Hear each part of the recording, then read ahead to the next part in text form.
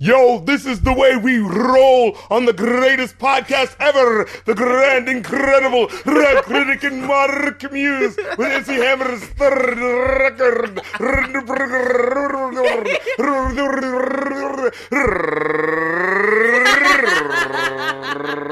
Rigo Suave, it's the Going Out podcast with Rap Critic and Muse. Muse, how are you doing, bro? Rap Critic, I'm doing great. This week we've got 2 Patreon requests. We've got MC Hammer and BROCKHAMPTON coming up. Holy fuck. Okay, I don't want to jump into the thing too much, but is that a thing Hammer always did? Yes, it is. Oh my fucking God. It was always there. I really hate it so much. I know. Like, if you listen to Can't Touch This, it's in there too. It's just not as prominent. Dude, I never noticed. But then again, yeah, coming up later, spoiler, we're reviewing Too Legit to Quit, Hammer's album from either 91 or 92. It was the first album of his I listened to all the way through. And, yeah, I was never aware of that annoying-ass tongue roll thing. Yeah. But, oh boy, it was in full effect on that fucking album. Oh my god. But yeah, we got Brockhampton, Saturation 1, and Too Legit to Quit. Finally, the people get to know what Rap Critic and Muse think of the first one. We went out of order. We were like Star Wars or something. Yeah, that's true. They hit us with the prequel after they already introduced all the characters. It's like, here are their humble beginnings.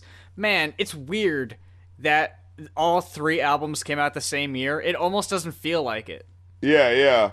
Like, it feels like we reviewed Saturation 2 so long ago. Right? But, hell, I guess not. But yeah, we did 2 when it was new, 3 the week it came out, and now we got a Patreon request for 1. So we're finally gonna hit the trilogy. Maybe someone will request All American Trash at some point. Who knows? But in the meantime, you sent me, and we didn't really talk about it too much when the EP or whatever first came out, the 2 Drake singles. There was one song on there that was kind of like the talking, more serious Drake, and then there was a singy, more pop, radio-friendly Drake song.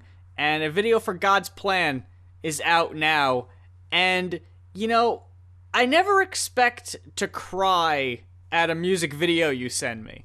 Especially when I see it's Drake in the fucking description, do I think, this video is gonna fucking make me tear up. But you know what? 2018 is already proving to be a year of surprises. So, yeah, not a dry eye in the house watching God's Plan. And it was one of those things, and I knew the first thing I saw, like, you know, after watching the video, I was like, man, I really enjoyed that. I was like, so how's the internet gonna hate this? And of course they're like, oh, he's just speaking out now, and he's just doing this now, and da-da-da-da. It's like, dude, could you just let someone do something nice? Because here's my thing. I personally don't care what the person who's donating is going through personally. Honestly, yeah. I don't care. As long as you give, it shouldn't matter. Like, because it's not about how the money is affecting you. It's about how it's affecting the person that it's going to. Unless he turns out like he's like some sort of fucking, you know, big-time drug kingpin selling fucking methamphetamines. And you know how, like, in those movies with the drug dealers who try to cover their ass and they're like, oh, I'm giving out turkeys for Thanksgiving. You know what I mean?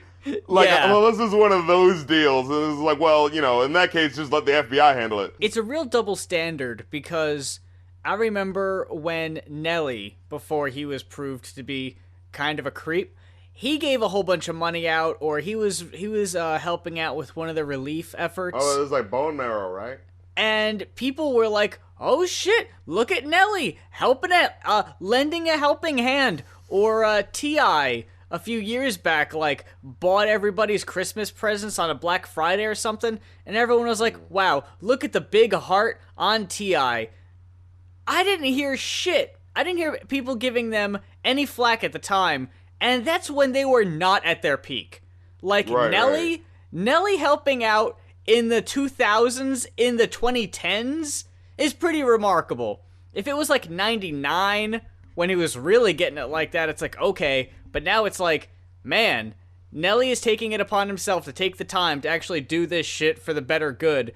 Or T.I., whose heyday was like 10 years prior. But yeah, it's just Drake going around, giving out scholarships, handing out toys, just walking up to people on the fucking curb, handing them stacks of money. Like, and you're just seeing, like, their reactions. Like, just their reactions to seeing him, and then it's like, on top of that, I'm going, like, that's gonna be a story they're going to tell for the rest of their lives. One day, they're gonna be telling their kids, former President Drake...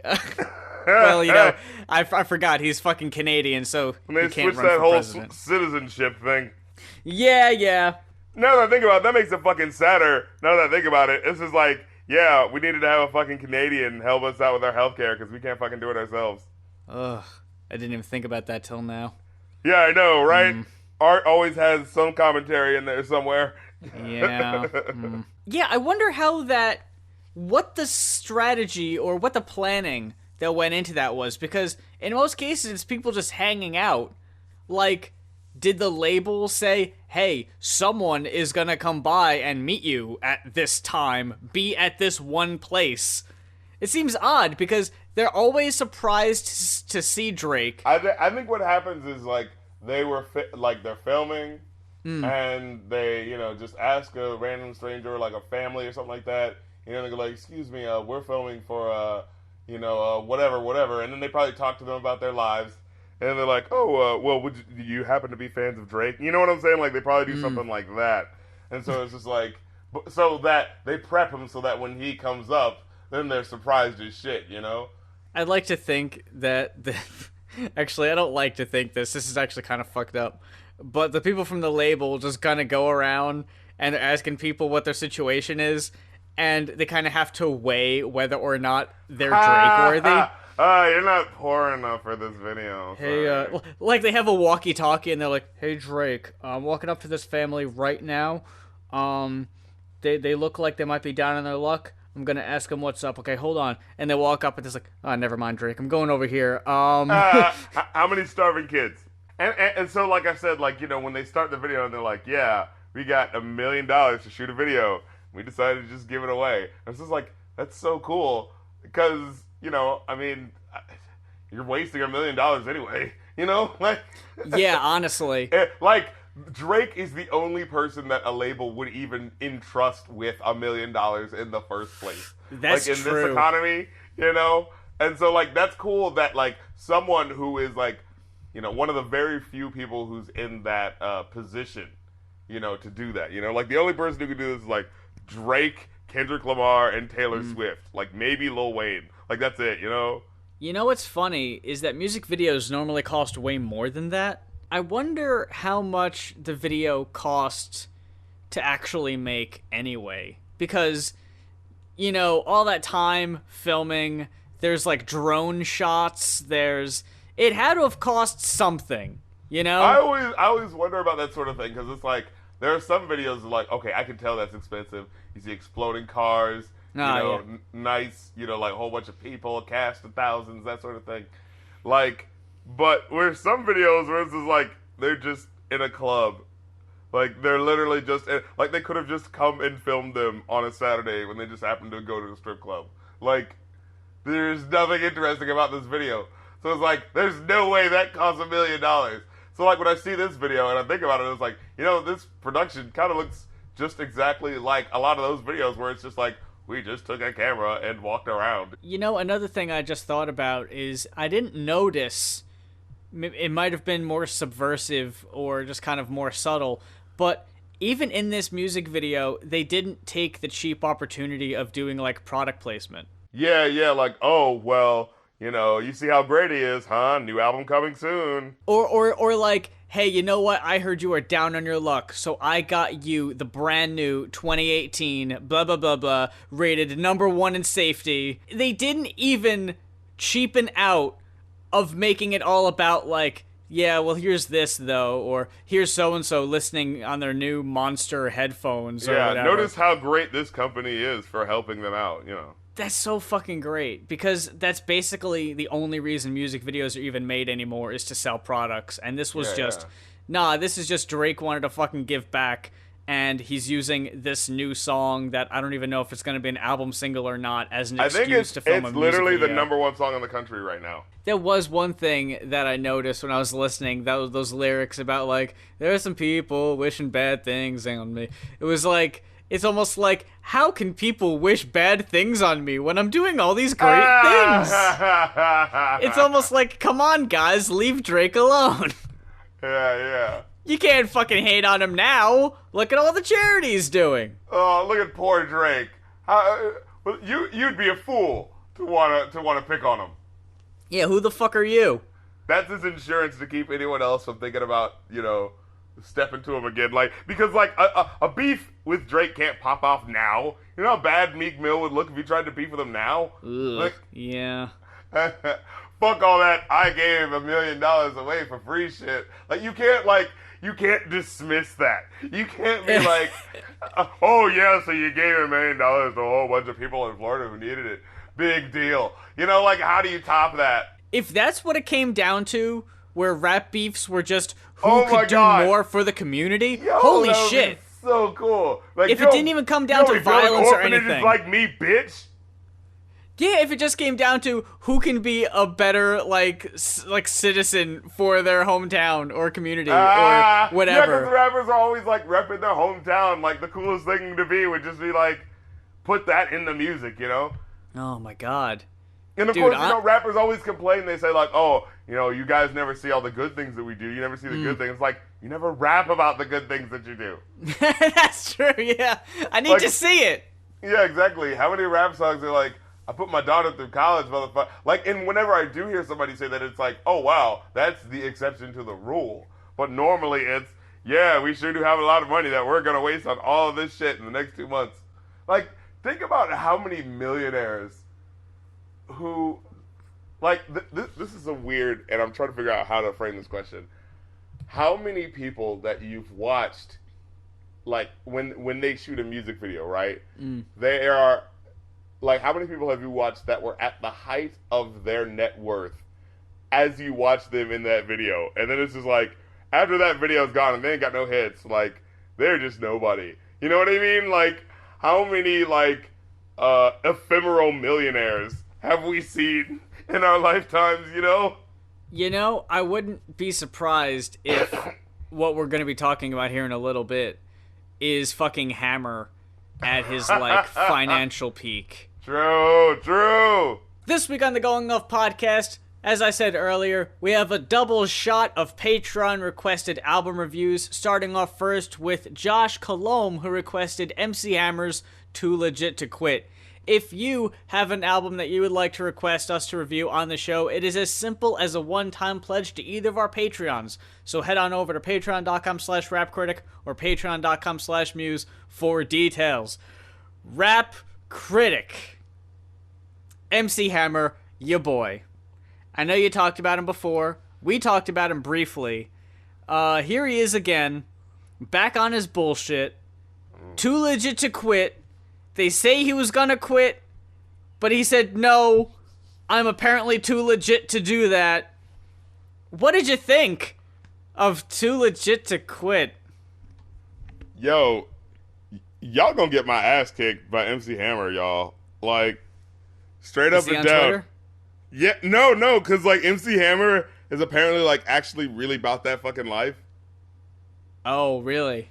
Yeah, like, he's gonna fucking come after you? Yeah, word on the street is that he did or did not send a hit after MC Search. Oh, wait, yeah, that's right! Holy fuck, I forgot about that! Yeah, dude. Oh my god, I forgot completely. Like, there was one part of this album where he was talking about, like, some dudes wanted some static, so we had to pull out our pistols or something like that, and then you heard him in the background go like, oh, what's up? Like, that's sort of like, oh no, I'm down to do this shit. I'm down with this shit. And it was just like that one little second that was just like, oh shit, like he might have actually gone to do some shit just now. And they just happened to record him like right at his limit, like, oh, I'm tired of this shit. So what you're saying is you weren't a big fan. No, I was not. When people talk about greatest rappers of all time, does anyone ever mention Hammer? Hell no. No. God, no. Hammer always was the marketable image. He was the dance. He was, you can't touch this. The pants. Everything. The fucking pants, the dance, the image. He was the fucking hip-hop Elvis. Yeah, really. That was it! It was something new, something cool to look at. Oh, look at him do the uh-oh dance. He's got the pants, he's got the haircut, he's looking fresh. But fucking after You Can't Touch This, everything else feels like it's just trying to duplicate that, trying to get to that same point again, but not quite getting there. Well, you know what's that? Go on. I was just gonna say, and on this album, Too Legit to Quit is in a class of its own on the album. It is an island on this album. It is a shining beacon of the only remotely tolerable, enjoyable song. Because everything else is so subpar. It's amazing. It's like I had this fucking song recorded, and it's the early 90s, so I just can't release a single. Fuck. Now I gotta write a whole goddamn album around it. And everything else suffers, because everything else is so lacking. The beats are lame and weak. The writing style is just like repetitive topics. On an album like this, right, I've got no problem if a rapper wants to be socially conscious, talk about the issues in the community or whatever, but there's like 3 songs on this album that are essentially interchangeable. Black people killing each other, this shit's gotta stop. But then meanwhile, like 5 songs later, it's like, I'm going to get my gat, and I'm gonna rob this place. It's like, fucking Hammer, what the hell are you talking about? You can't do that shit! You know what MC Hammer sounds like? He sounds like if Eazy-E had a lower voice and didn't have the genius of Ice Cube and Dr. Dre behind him. Because, like, the writing is completely lacking, and the beats, like, I think a lot of the beats are fun, actually. Like, as I was listening to it, I was like, man, I know why everyone was, like, skinny in the 90s and shit. Everyone was fucking dancing to fucking Too Legit to Quit all the goddamn time. But they do not hold up a lot of them. They are dated as fuck. Yeah. I did like 1 or 2 of the ballads, though. Really? Let me see. What was the one that I like? Wait, was it Do Not Pass Me By? There was one of them that was like, no, Love Hole. That one was a good one. Yeah, I heard the chorus and I was like, man, I feel like someone has either sampled this or like they could sample it and it would be like a even better song than this. You know what I'm saying? Well, yeah. There's only one place to go but up. Yeah. Let me see. Yeah, Brothers Hang On. Oh my god. So, it cannot be stated how mediocre MC Hammer is as a rapper. Dude. Yeah. He's got this one lyric, he says, and it's like, here's how I broke it down. Like, so there's a whole different array of ways that you can create a rap verse, right? You have style, you have, the delivery, you have the words, you have the message, you have, you know what I'm saying? You have the flow. Yep. And with him, it's just the message of the song, and that's it. He doesn't care how he says it. The words just need to be on the beat. Doesn't even really need to be on the beat a lot of the time. Like, how many times do you listen to this song, and, like, he just jams in words that it's just like, you could have easily just resaid that in a better way, where the flow could have worked, but you're not doing that because you're not focused on any of the flow. Like, he's literally the polar opposite of rappers today. Like, I can't imagine, like, a kid today listening to Lil Uzi Vert and trying to listen to this, like, at all. Because it is just, nothing. There's nothing there. There's nothing there. And then the rolled R's just makes it worse. Like, kids would just be like, wait, was that a thing back then or something? Like, why is he doing that? You know? It was really annoying when it came down to the second track, Brothers Hang On, because it's the socially conscious track. My god. He's still doing the fucking tongue roll. And it's like, this is not the time for that shit. And every time you think the song is done, another fucking verse comes in. It's 7 minutes! Oh my god! Get the fuck out of here, MC! It's like, this is track 2, dude. So many songs on this album. The first track is almost 6 minutes. The second song is 7. Too Legit to Quit goes on forever because it just keeps repeating. Yeah. So many songs. The album in total is an hour and 11 minutes, and that is uncalled for. It is absolutely unnecessary. Someone on Twitter, by the way, brought up the fact that you had said on the show before, and I agreed with you to an extent, that an album cannot be considered a classic if it is over 70 minutes. Did I say that? Yes. And, right. Which, again, you might be misquoted on that one, but the person brought up my beautiful dark twisted fantasy and it being over that time, but they consider that album to be a classic. I remember being solid, yeah. And I argued with him that if the songs were just shorter, because there's songs on the album that repeat so goddamn much. All the Lights, I love All the Lights. Yeah, definitely. But that can have a good 2 minutes shaved off the end of that. In half, and the fucking Ellie, what was her name? Ellie Jackson? I thought that was Fergie. No, I thought it was Ellie Jackson. Well, you said we're going all the way this time. Time. Yeah, that's Ellie Jackson. Oh shit! I always thought that was fucking Fergie. Who the hell is that? Wait, that's the girl from LaRue. LaRue. Yeah, that was unnecessary. Monster, I love Monster, goes on for way too damn long. What the fuck is Rick Ross doing there? And after Nicki's verse, it doesn't need another 2 minutes. Just fucking, you're good. The song isn't gonna get any better than Nicki's verse. Call it quits. Honestly, I don't even remember that there was that many much people on it after her. Wait, what happened? Another person comes in and he's just like, Oh, the I said that. Yeah, that one. Yeah, it's like, and there's like an instrumental that loops for like another minute and a half, and Runaway. Oh, isn't that song like 9 minutes? That song could have been like a minute and a half. I'm telling you guys, like, overall, an album cannot be that long unless it is 100% all killer, no filler the entire time. Because if it isn't, there's no excuse for things not to be cut off. Trim the fat, dude. Yeah. A perfect rap album, in my opinion, is between 40 and 50 minutes. Any longer than that, it's overstaying its welcome, and shit could be cut off. Also, you do have to think about the fact that it's like, when you're rapping, there's just more words that you're saying per song. Right. So there's just more ideas happening. Like, things come faster. And so you have to have more ideas to fill that space. And if you've got way more space than you need, this is like, what the fuck are you doing with all of this space then? You know? And someone did bring up a Good Kid, Mad City. And by the way, I fucking bought a copy of Good Kid, Mad City for everyone out there. For all you old-timers.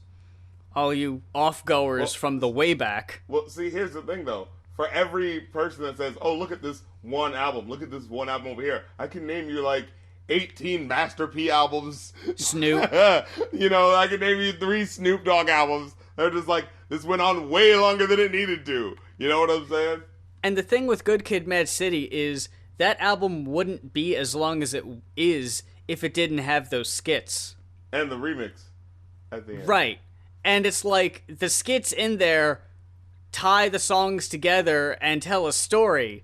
I don't consider that, like, adding to the overall length because it's not non-stop song, you know? That's different, I think. Like, I could excuse the skits on Good Kid, Mad City because it adds something to it, and it honestly, it breaks it up a little bit and doesn't make it feel as long because you are taking a break from, like, non-stop music. But going back to an album that absolutely should not be as long as it was, Too Legit to Quit. Too Legit to stop wasting my time. Yeah. Brothers Hold On, to me, I have written down here, it sounds like a Michael Scott, David Brent song from The Office. I got that vibe of like the white guy trying to be hip and cool. Oh and my it's God. sad because, like you said, he's about this life. He is that guy, but he cannot convey it in song. Yeah, this would be like if Michael Scott like started rapping this song and you're like, this is ridiculous, the rapping is so horrible, this has to be an original song, and then you're like, oh wait, no, this actually is a cover, you know? That he seriously says, I'm not Tony the Tiger, I'm not feeling so great. Ah! Oh, fuck off! Holy shit! Oh my God. I can't believe it. And where he said, he's like, okay, dude, like I said earlier, there's way too many goddamn verses on this fucking song. Pretty sure I heard a damn verse as the fucking shit was fading out. Like that fucking weird ass Christmas album by Cleopatra Records. Remember that shit? Where it was at the end of that one song, it was like fading out. It was just like, dude, that someone's still rapping. Like, what the hell's going on? He's kind of making a point on one of these verses, right? He says, oh man, I turn on the TV. The killers always seem to look like me. And he says, a silly plan. Or a stupid plot. No, he says, a silly plan or a stupid, silly plot. It's always me that the rock has seemed to got hooked. Like, what the fuck did he just, what? Like, it's like what are you going on through. about? Like, he just had a stroke halfway through. He's like, a silly plan or a super stupid plot. Like, that's real easy. I could follow that. And the next line is, it's always me that the rock has seemed to got hooked. Like, I think he's saying it's always hooked on the rock. Yeah, it's always people that look like me that are hooked on crack, right? Right. But it's like the way he's saying it is so strangely convoluted. Yeah. Like, what? Like, first, like, I'm trying to hear the rhyme, which should rhyme with plot, right? Obviously, plot is supposed to rhyme with something. But then it's just the way he jams in that, like, because the sentence didn't end on the word got, which was supposed to be the rhyme. So now it's just like, it's always me that the rock has seemed to got hooked. And I'm just like, wait, what? Where did the word hooked? Like, it's a weird sentence. Like, if you're going to do a rhyme like that, where it's like, the rhyme takes place, like, right before, like, the penultimate word before the end of the sentence. If you're going to do that, like, it has to be a phrase that the ear can very clearly understand so that you can hear the rhyme and you can hear the words trailing on after it, so you can hear the pattern. But with this, it's just like, what the hell was that? You know? It's almost like he can't write a rap song. Yeah. Although he had one good lyric where he says, enemies, I got them, but I don't care. It's better over here than it was over there. And then you hear in the background the guy goes like, oh, brother's gotta hang on.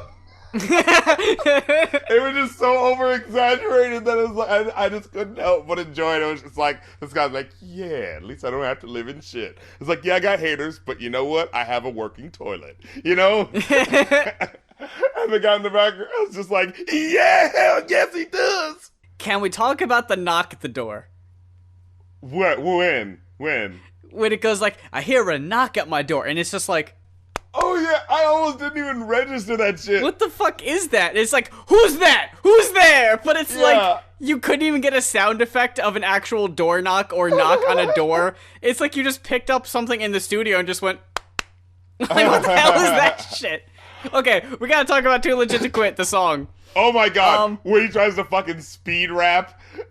Ooh. It's so bad! He's so bad at it! For those of you who have not seen the Too Legit to Quit, I have written down here the synopsis of the Too Legit to Quit music video. The epic saga.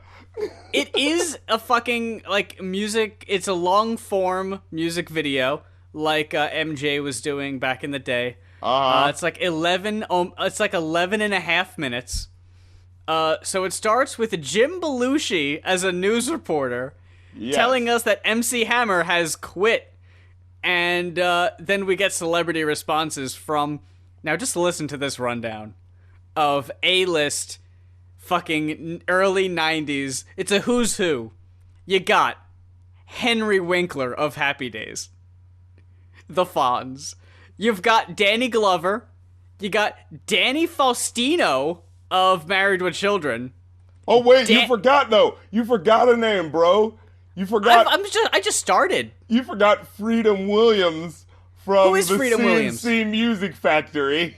Oh, okay. See, I did not know who that was. I did miss him. Instead, I did know. I did notice we got Tony Danza. Yeah. Mark Wahlberg, Queen Latifah, and Eazy-E is just chilling with some other dudes. And I love that when it cuts to Eazy-E and his crew, Eazy-E just goes, MC Hammer quit? And the guy's like, yeah. And then another guy in his crew just goes like, Hammer quit! I feel like that specifically, like, originally, you know, they were trying to do this whole thing of like, oh yeah, we're all cool, we're all hanging out. And like, for Eazy-E, like, they weren't having that shit. Like, they're like, No. hey guys, you want a cute little cameo for MC Hammer? And they're like, fuck no. no, And what the fuck are we doing here? they're like shooting crabs outside of their fucking mansion or whatever the hell. And The then, shot like, of Mark Wahlberg is seriously just him just going, Ski. and it just cuts away. I don't know what they were filming originally that they were like, hey, and quickly before you go, can you react to as if MC Hammer was quitting the business? All right, thanks. Yeah, I know. It's so, you can tell it's not scripted at all. Like, you can tell it was like, guys, just say what would happen if, like, if MC Hammer left the industry. And, like, yo, what if, like, these people's phony reactions, like, you know, they're doing, like, oh my god, I feel so bad. Like, what if, like, a lot of these people really do fucking hate MC Hammer, and they're just like, oh, I would totally be devastated. Like, It's that fucking Pauly Shore is Dead music movie. Yeah. I didn't talk about my favorite guy. I didn't even catch his name. He says that MC Hammer is actually a robot. They were going in to retouch him up for the next album. They were trying to add new advances to his mechanisms and all of that, and boom! Wasted the guy. Yo, they got Milli Vanilli. Oh my god, that's right! I forgot Milli Vanilli! At 242. Oh! Maybe he didn't sing on the record. Let's make some money, man. Let's sue him. Money. Let's sue him. Class I'll action. You know, you're treating that, like, that's the type of joke you make if, like, someone accused you of singing, like, lip syncing a record, and then you found out it wasn't true. That's not But a you joke fucking make. did. Yeah, exactly. Like, you need to just shut up and sit down. Like, how is it? Why is anyone even filming you? Why are you even in a recording studio right now? Like, shut the That's fuck a good like, question. We know your ass isn't recording shit. Like, what are you even doing there? But the overall story, and I'm just gonna go through this real quick. So, we go to a mansion with peacocks just walking around. James Brown is sitting on a throne. Yeah, after about, like, 5 minutes. Yeah, because we gotta sit through Jim Belushi mocking Hammer for crying and quitting, even though I don't think that was ever a thing, and then getting up out of his seat and doing a bad dance. This goes on for 4 minutes. Then we got a guy who's like an executive from Capitol Records being like, I'm gonna lose my house if MC Hammer quits. I rely and I depend totally on him for my own success. And then you have him training somewhere in a man thong. He's pumping iron. He's hitting the punching bag. Shadow boxing. And then he comes in, and he talks with James Brown. He's like, "Excuse me, Godfather." Yeah, we're And- 6 minutes into the video now. Not a note of music has been played in this No. 14-minute video. And James Brown says, "Yes, Godson, come in." And they talk because in this video, James Brown basically talks in lyrics. Yes. Most of what he says are song titles of his own and lines he has said. James Brown sends MC Hammer on this quest to get the gloved one's glove. Now, they don't say Michael Jackson's name by name, but it's implied. And he then throws fireballs. James Brown throws fireballs at MC Hammer. And MC Hammer is now engulfed in flame as he falls to the floor. And this is the gift that James Brown bestows on Hammer. He is now giving him the ability to either dance better or what, I don't know. But he sends him on his way to get the gloved one's glove. We don't know why or what, but horrible CGI ensues. James Brown says, feels good, and then Hammer arrives at a concert in a fiery orb. And he puts on a great show, and at the end, we get to see that the gloved one himself was watching the performance the whole time, and this Weasley record exec goes, yeah, he's good, but he's not like a threat to us, is he? And that's when Michael, the Michael Jackson impersonator, lifts the gloved hand and does the too legit to quit hand signal to end the video. Apparently, Michael Jackson did like the video, and there was no hard feelings there. But why? What the fuck was the point of that? It was just to talk shit. Like, this whole video is just to talk shit. Like, look who I could get for a video. Look what graphics I could get on my... Yo, Michael Jackson's doing the long-form video, huh? Well, I'm trying to be the hip-hop Michael Jackson, so I'm gonna do a video now. You know what I'm saying? Dude, this had nothing on the Smooth Criminal long-form. Did you ever see the guy live tweet the Remember the Time music video? Yes! I love it so much! He's just like, you really let Michael Jackson into your corners and at your girl, and you're okay with that? I was like, nah, somebody's heads would roll. Michael Jackson's low-key a dick in this video. Eddie Murphy's doing the right thing. I forgot about that part. He's just straight up wooing the, like, king's or prince of Egypt's wife. Like, it's just like, I'm surprised this man didn't get his head cut off sooner. Yeah, and just like, finally, he's like, guards, get him, suddenly. But now he turns to sand, and there he goes. Oh my god. That video, fucking awesome. The CGI in Too Legit to Quit, not so much. Somebody's got a link. Somebody's got a link to that Twitter thread, because that was genius. I'm gonna have to find that, but yeah, that shit was so goddamn funny. So yeah, this video, like I said, it's just cornball. It's so trying to be epic, but it doesn't have nearly as much the budget that it wants to act like it has. If they didn't waste so much money on Hammer Man, maybe they'd have some money left over for the Too Legit to Quit music video. It's really embarrassing how bad the video looks. Like, he was, like, at that time, one of the biggest goddamn names. How does the video look this bad? Oh, and then you have Living in a World Like This, right? Very first lyric, he says something like, your town and my town are all the same. They're both kind of different, but they're both kind of the same. It's just like, thank you. Like, you just stated the exact same point twice. Thank you, Hammer.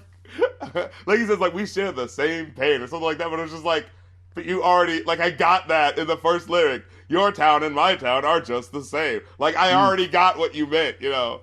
Tell me, why can't we live together? This one had the beat that sampled Hotline, the same beat that Hotline Bling samples. Oh, was that what that was? Yeah, listen to it again. Oh, shit. It's crazy. I was like, oh, okay, that's kind of cool. So it was like, you know, it's great lounge music, but other than that, you know, this is all forgettable. Release Some Pressure. Actually, that was one of the few vocally dope songs. Like, he actually had, like, you know, put a little bass in his voice, made it sound real cool. You know, he was saying some, like, spitting some shit. I was like, okay, so someone can actually write some lyrics from every now and then. And then after that, it was like, Find Yourself a Friend, which was just boring. Oh, it was God, just, yeah. And then, Count It Off. That, like I said, the beat for this was banging, but nothing that he's saying is just like, it's just like, this is all, like, it's so substandard. Like, it's so, like, not even, like, there are rappers today that people talk about, oh, mumble rappers aren't gonna, dude, those guys are better than this. Like, Lil Yachty, Lil Uzi Vert, they are better than this.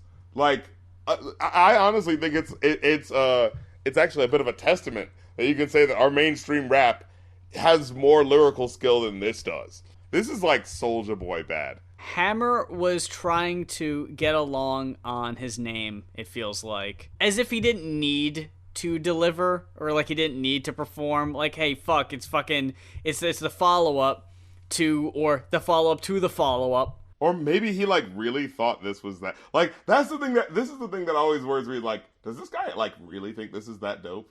Like, what if they actually do? What if he really thought, like, the way he was speaking on here and these awkward stilted cadences, what if he, like, really thought that that was dope? Most of the time, we're reviewing albums either the week they come out or relatively soon after. People don't usually request albums that are this old, so it's hard to think about it in the context of how this was at the time comparative to other stuff at the time. Like, was this fucking impressing people, or it can't what? because I remember what KRS-One's music sounded like around this time. I remember what Rakim's lyrics sounded around this time. Big Daddy Kane. You know what I mean? Like, these were guys that were never gonna get as big as MC Hammer, but they sounded way better. Like, even a Tribe Called Quest, like, they weren't great lyrically, but at least they had some sort of sense of unique style, you know? The only one that kind of stood out was because it was such a jarring standout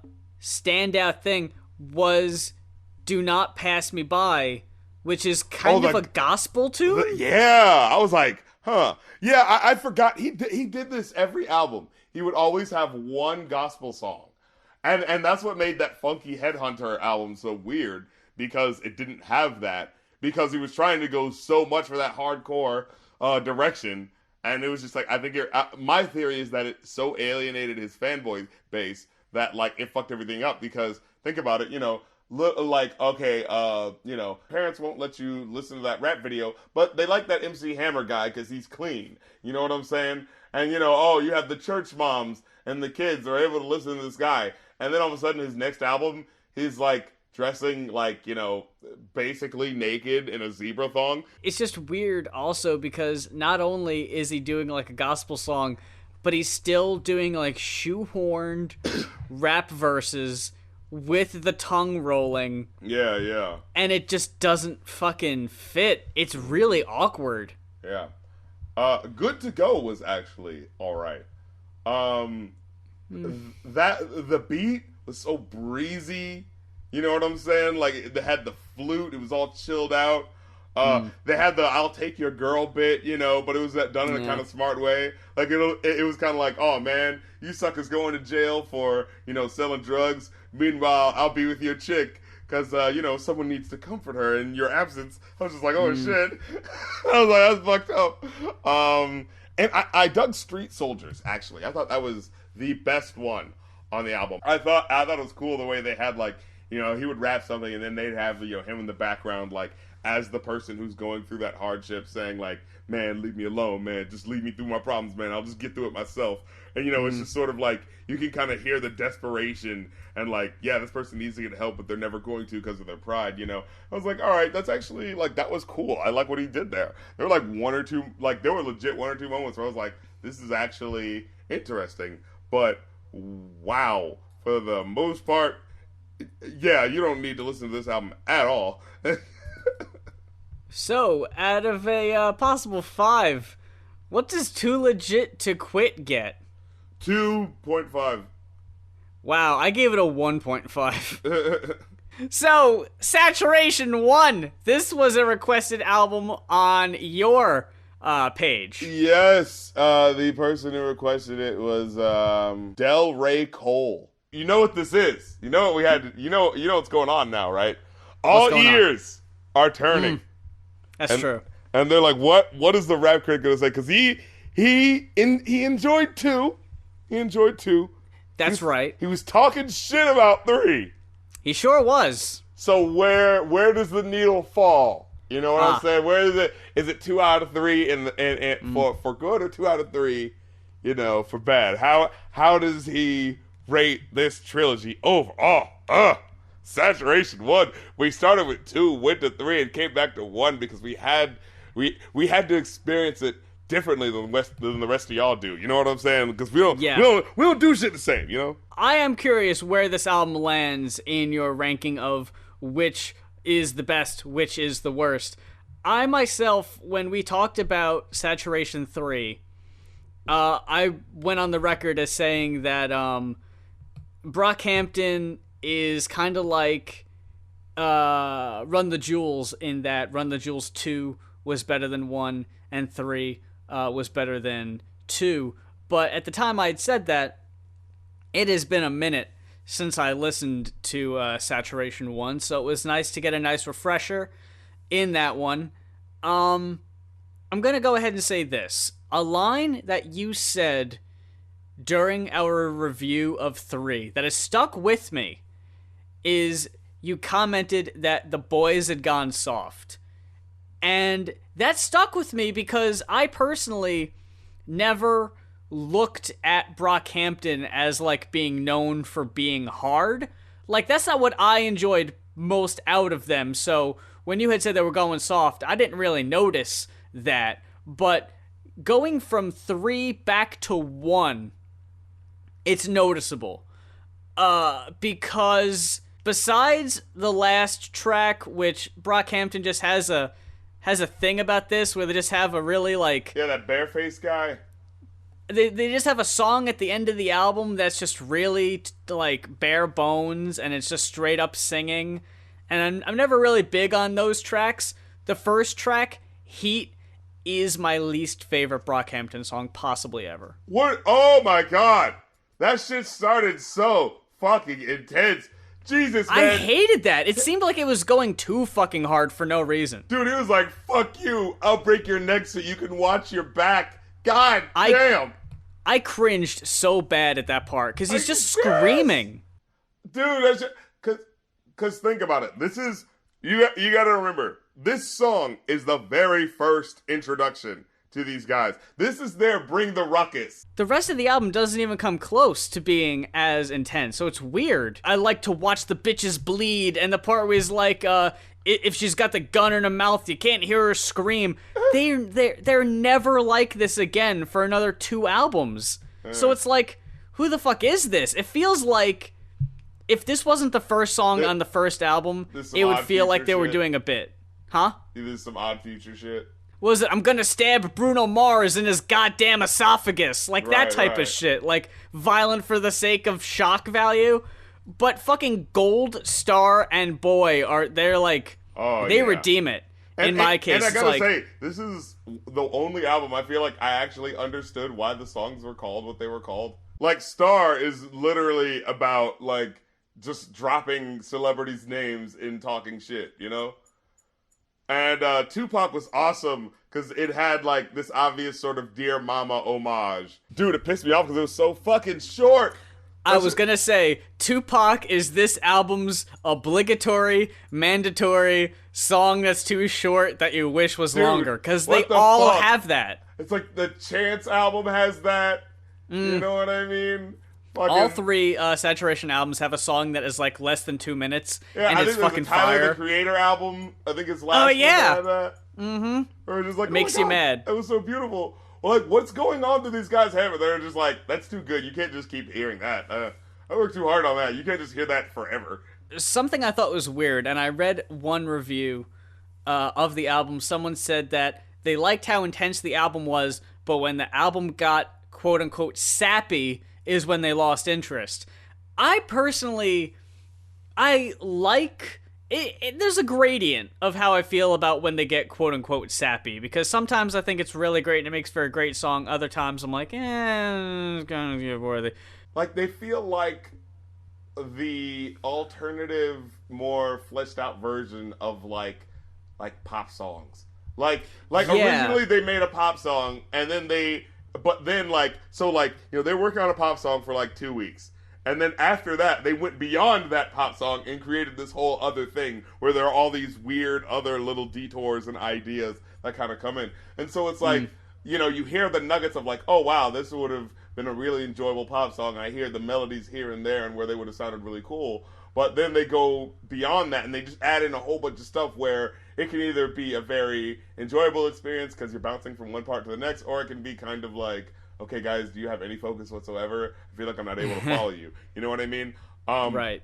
For me, I felt like in this particular instance, I thought it worked, except for little moments where I felt like they weren't truly being themselves. Like on Fake, where someone tries to sound like Lil Wayne.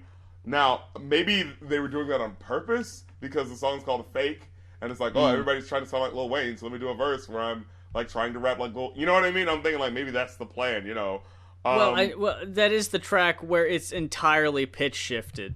Yeah. So that's kind of where I thought that was coming in, the whole fake aspect of that. I liked that song, but I wish it wasn't pitch shifted. Like, yeah, I get you. Like, the song was good enough that I would have preferred to hear it straight up as is, without without the edits. There was definitely a part of me that was like, is there a version of this where I don't have to? Yeah, like, is there a way I can just edit this and pitch shift it down to hear what this would have sounded like without all this? Because I don't really necessarily need it.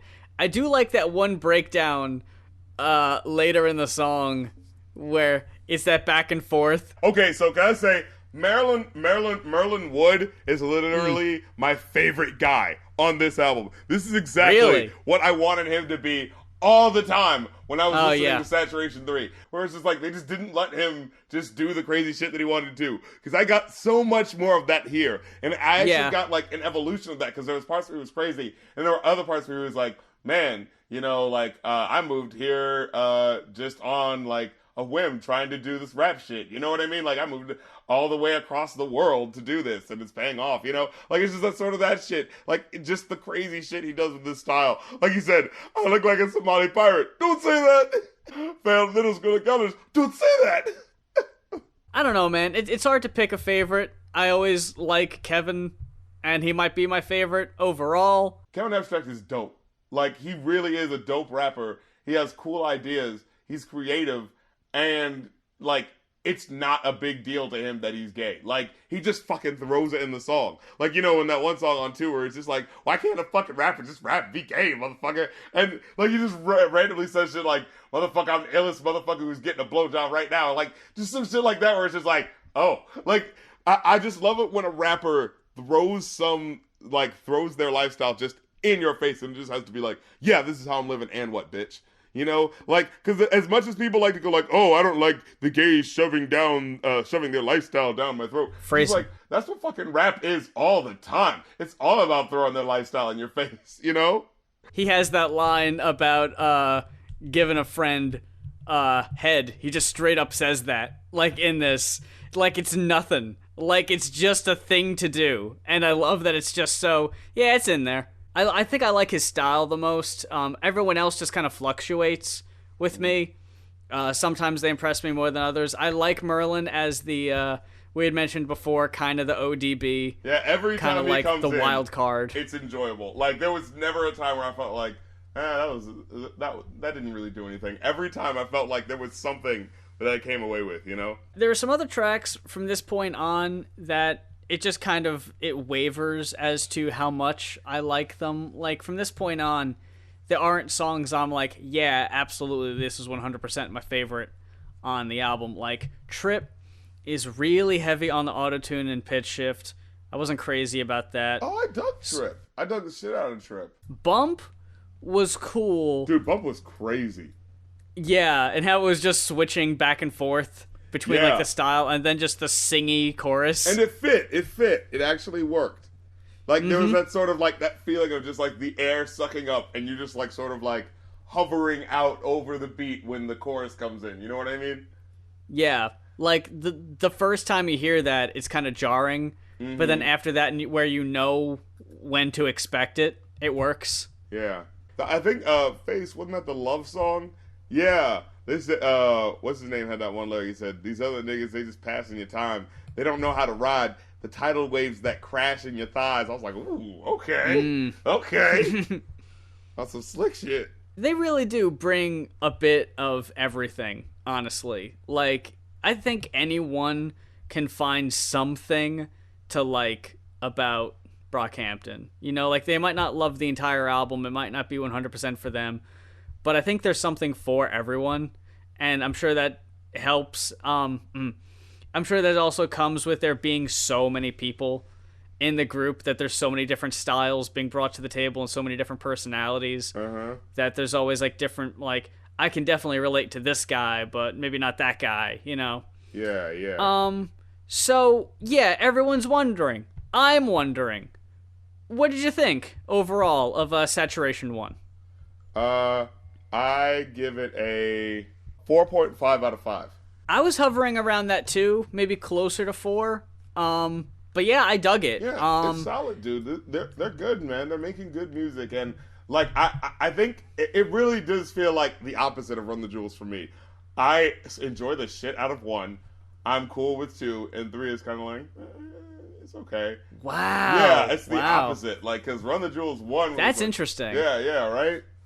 And it's not like they're because like I'm the complete opposite. 1 is probably the weakest in my opinion. And it's not like they're like, oh, it's a 2-star album. No, it's literally just ranges of like 3.5, 4, and 4.5. You know what I mean? Like, They only range in like decimal points. Yeah. You know, it's not like when you see like, oh, this is the worst. I mean, technically, out of the 3, I guess you would say, but it's more like this is my least favorite. Exactly. That's how you kind of judge it. them. Like, you don't judge it in such harsh terms. It's just like, this is the one that just didn't happen to measure up as much. But that doesn't necessarily mean it's to its detriment. You know, it's not like, oh, man, never listen to that one. It's just like, I would more likely listen to this one than that one, you know? Well, everyone, that wraps up this week's episode of the Going Off podcast. Thank you very much for listening. Thank you very much to the folks who suggested or requested the albums for this week's episode. Check out our Patreons for more details on that.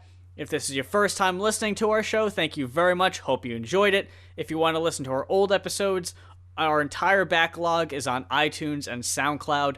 Just search Going Off Podcast. That's GOIN'_off podcast for all of our old episodes on there. On YouTube, you can follow us on Facebook, Twitter, the aforementioned Patreon.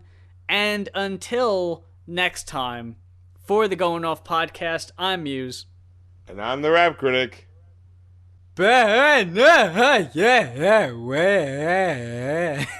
the hell is that?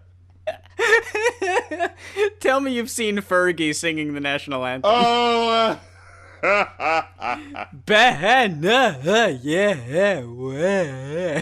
Yeah.